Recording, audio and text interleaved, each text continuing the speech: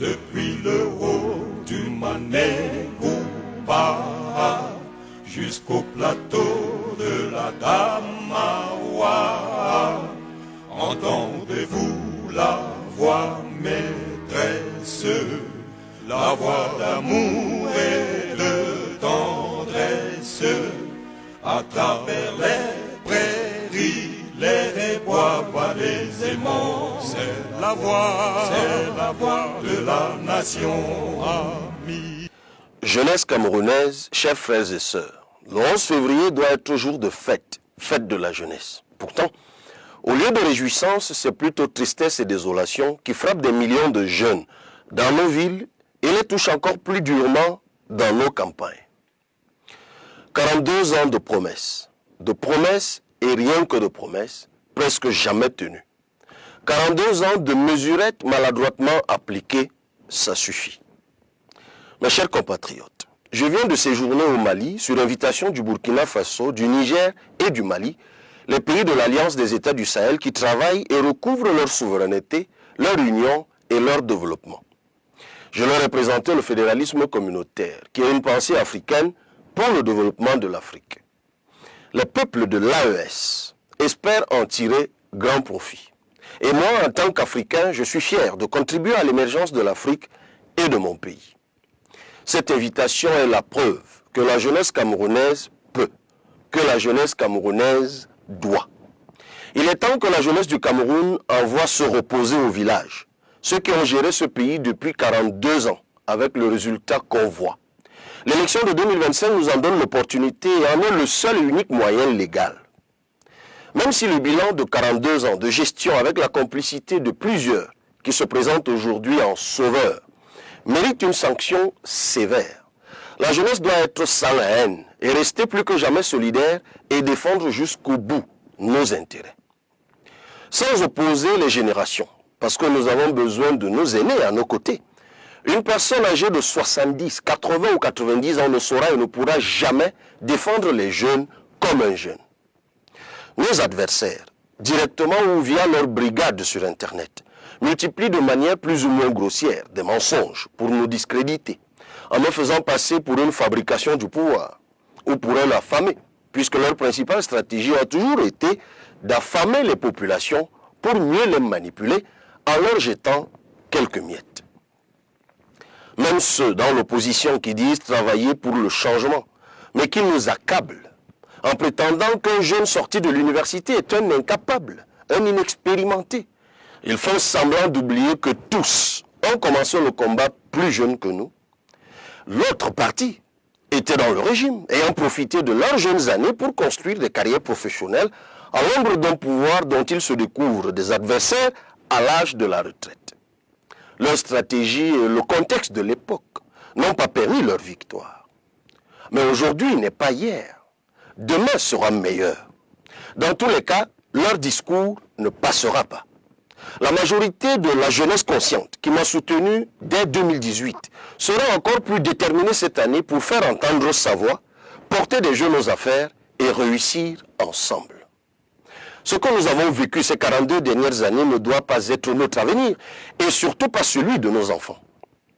Mes chers compatriotes, l'école est abandonnée. Les routes sont détruites. La poubelle est partout. Le chômage augmente chaque jour. Mais on vous annonce le contraire dans des discours qui, au fil des ans, est le même. Alors que l'argent détourné et gaspillé par ces gens est estimé à 69 000 milliards. Il est temps que ça change. Je vous disais il y a un an qu'être jeune aujourd'hui au Cameroun, c'est être confronté à la baisse de la qualité de l'éducation à cause des enseignants démotivés qui crient leur souffrance, des programmes scolaires inachevés, des salles de classe délabrées ou simplement en plein air, comme dans certains villages du nord ou de l'extrême nord, des universités au standing moyenâgeux. Être jeune au Cameroun aujourd'hui, c'est avoir comme travail les petits métiers de l'informel, quel que soit le diplôme et la formation. Les plus chanceux sont conducteurs de moto-taxi. Ceux qui tentent le petit commerce sont torturés par les impôts ou traqués par les mairies. Pire, si on vous soupçonne d'être de l'opposition. Être jeune au Cameroun aujourd'hui, c'est juste avoir envie de partir, car même si vous vous donnez à fond, votre effort et votre compétence sont récompensés par l'indifférence et l'iniquité. Être jeune femme au Cameroun aujourd'hui, c'est être exposé au féminicide, aux violences physiques et sexuelles, mais surtout à l'impunité des auteurs. Être jeune au Cameroun aujourd'hui, c'est subir le coût élevé de la vie, l'absence d'électricité et d'eau potable, avoir Internet pourri mais cher. Être jeune au Cameroun aujourd'hui, c'est être privé de voix, de choix, de droits. On vous empêche de vous exprimer, de vous organiser, de vous mobiliser.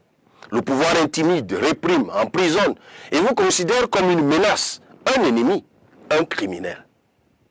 On vous annonce la carte nationale d'identité à 10 000 francs dans quelques jours, en violation de la loi qui exige d'établir un certificat de nationalité au tribunal et une copie d'acte de naissance à la mairie.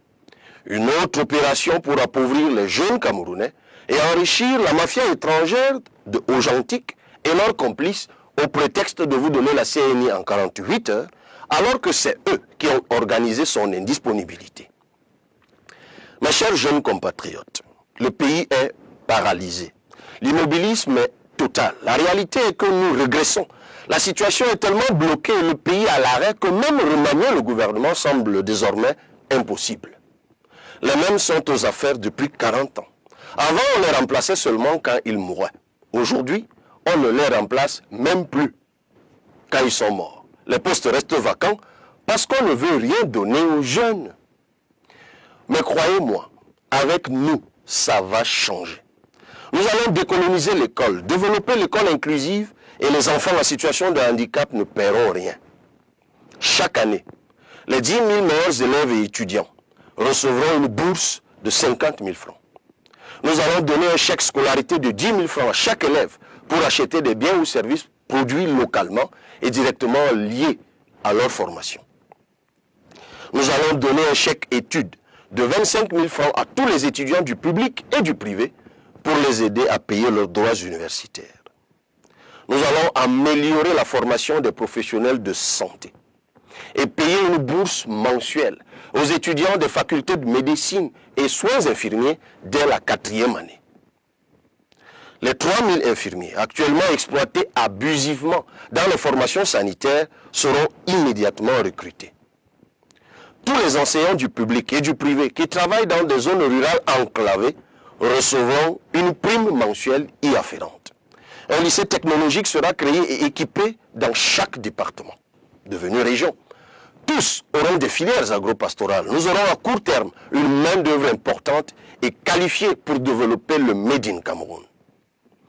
30 lycées techniques et 4 universités formeront dans les métiers de la filière bois. La transformation locale de notre bois va générer 35 000 emplois bien rémunérés.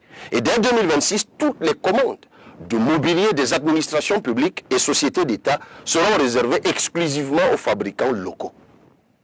La réforme du secteur du coton et des filières de l'industrie textile et de la mode dans le secondaire et le supérieur permettront de former et employer 500 000 Camerounais et mieux payer les planteurs de coton. Les arriérés et salaires des enseignants et personnels de santé seront payés sur les 1800 milliards de fonds de procès. 5 milliards seront affectés au Fonds spécial de développement des industries créatives et culturelles.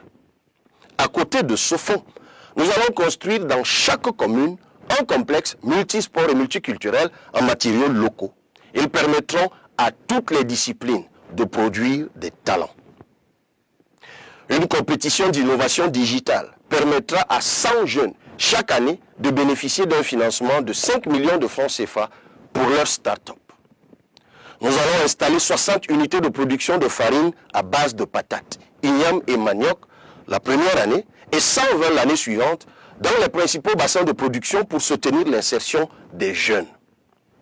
Les violences faites aux jeunes et aux femmes seront punies avec la plus grande sévérité et de la peine maximale. La police et les services sociaux seront spécialement dotés à cet effet. Nous allons lancer un recrutement spécial sélectif de 200 jeunes informaticiens pour le développement de l'intelligence artificielle dans les services et plus spécifiquement dans le domaine de la santé et de la justice pour accompagner nos médecins et nos magistrats.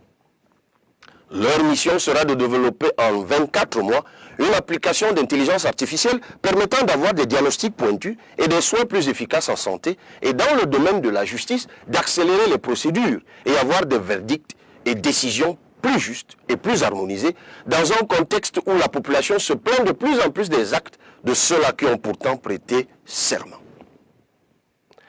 Mon cri est la clameur du peuple et de la jeunesse.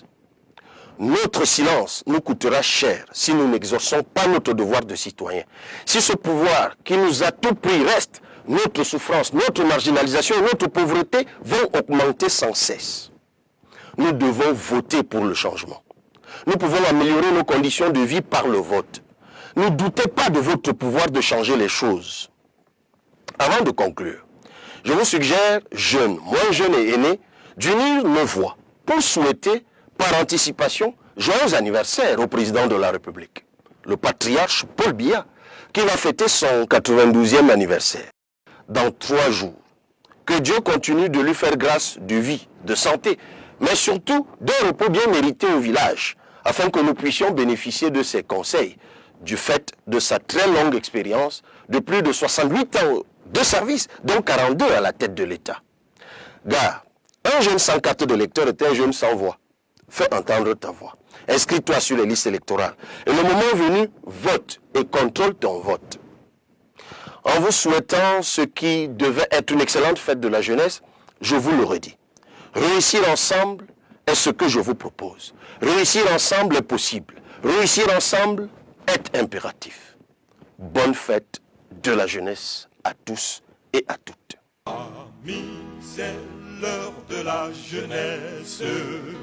Suivons la voie de la sagesse qui nous appelle, qui nous invite à l'union. C'est la voie de la nation.